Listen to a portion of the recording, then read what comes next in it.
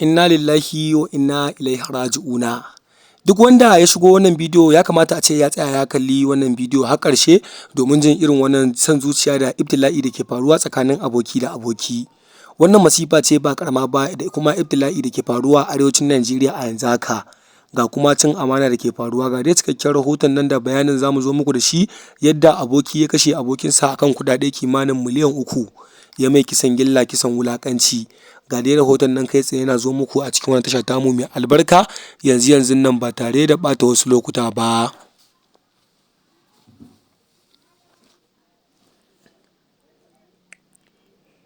Assalamu alaikum mai sauraro.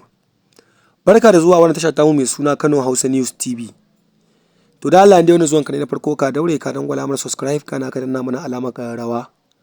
Domin hakan shine zai baka damar samun cikakkun bidiyoyin mu daɗaɗa kuma zafafa akan lokaci da zaran mun ɗora. Mun gode da kallon wannan tashar tamu mai suna Kano Hausa News TV da kuke yi a koda yaushe.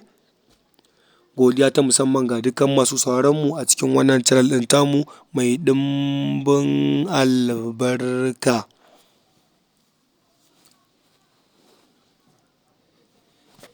So mai sauraro, ka karkaɗe kunnenka sannan ka gyara zama domin jin cikakken rahoto a tattare da wannan aboki da wannan cin amana da ha'inci ya afko a tsakaninsu. Wannan bawan Allah da kuke gani ya kashe abokinsa ne akan kuɗaɗe kimanin miliyan 3, wanda a yanzu haka abu ne wanda yake faruwa a arewacin Najeriya. Akan kuɗi ɗa yana kashe ubansa, akan kuɗi aboki na kashe abokinsa, akan kuɗi aboki na iya guduwa da dukiyarka ya bar gabaki ɗaya garin su ya canza gari idan ya ha'ince ka ko kuma ya ci amanar ka. Domin kuwa a yanzu haka mutane dole kowa ya taka tsantsan da mutanen da zai dinga mu'amala da su da kuma mutanen da zai dinga bawa amana da wanda zai dinga yin rayuwa da su a koda yaushe. Wannan mutumi da kuke kallon sa dai an ba shi amana ne, ya yi ha'inci. Inda wannan mutumin da kuke kallon sa a haka, shiga shi ta kamala da komai, babu wanda zai tunanin zai iya aikata wannan abu.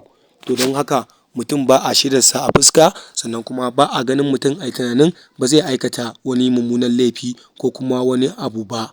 Domin kuwa wannan mutumi duk wanda ya gansa haka mutum ne wanda yake da shiga ta kamala, amma kuma ya aikata irin wannan abu. Idan ba dan aikatawa ya aka kama shi ba, babu wanda za a fito a yi wannan jawabi yadda wannan mutumi ya aikata wannan laifi.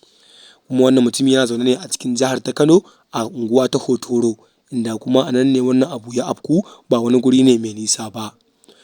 Wannan mutumi an ba shi amana ne, ya yi ha'inci akan kuɗi kimanin naira miliyan 3 ya aikata babban abokinsa har izuwa lahira. Amma kuma Allah subhanahu wa ta'ala ya yi sai an kama sa. A yanzu haka yana hannun hukumar 'yan sandan jihar Kano ƙarƙashin jagorancin Haruna Abdullahi Kiyawa. Wannan cin amana ce, wannan ha'inci ce, wannan kuma zamba cikin aminci ne da wannan bawan Allah ya aikata. Amma kuma a yanzu haka tunda dubunsa ta cika, za a gurfanar da shi a gaban kotu domin tuhumarsa da laifukansa da ake a yanzu. Daga an tabbatar, kotu za ta yanke mai hukunci bisa wannan abubuwa da ya aikata. To mai sauraro, ba abin da za mu ce sai dai Allah subhanahu wa ta'ala ya tsarkake mana zuciyarmu, sannan kuma ya haɗa mu da mutane na gari wanda za mu dinga mu'amala da su, kuma ya tsare mu da sharrin mutum, sharrin aljan. Allah ya sa mu gama duniya lafiya. To mai sauraro, me ra'ayinka tattare da wannan rahoto da muka kawo maka? Ya kamata ce ka turo mana sakonka ta hanyar zuwa ƙasan bidiyon namu, kai mana comment. Domin kuwa muna yin duba da sakonninku da kuka saba aiko mana a koda yaushe da zarar mun ɗora muku bidiyon mu babu kakkautawa. Ku ci gaba da ziyarta gami da bibiyar wannan channel ɗin tamu domin samun labaran duniya, labarai daga cikin masana'antar Kannywood da kuma labaran siyasa gabaki ɗaya. Mun gode da jimirin kasancewa da mu da kuke a koda yaushe.